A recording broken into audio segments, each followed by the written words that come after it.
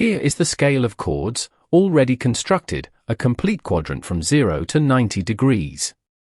Notice the marks for 0, 60 and 70 degrees.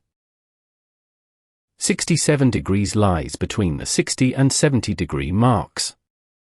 We magnify that small interval so the work is clear. Highlight the distance between the 70 and 60 degree marks, and label the 70 degree mark point A. From point A, draw a light construction line AZ at any convenient angle. With a convenient compass radius, step off 10 equal arcs along AZ.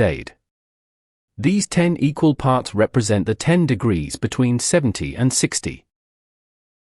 Number the divisions 10 down to 0 from A.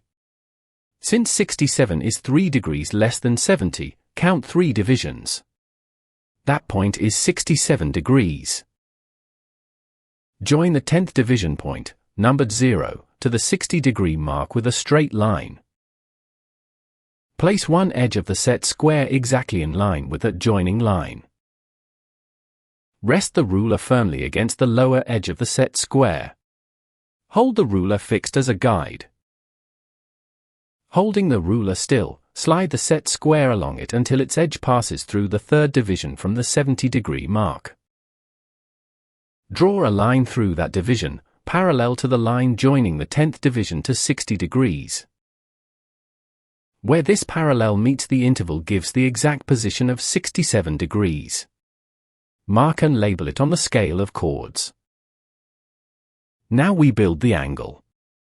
Draw a horizontal line and mark a point A on it. Highlight the 0 to 60 degree chord on the scale and pick it up with the compass. With center A, swing an arc cutting the horizontal line at K. Now highlight the 0 to 67 degree chord and pick it up. With center K, swing an arc to cut the first arc at P. Draw a straight line from A through P. The angle between AK and AP is the required angle. Angle KAP equals 67 degrees.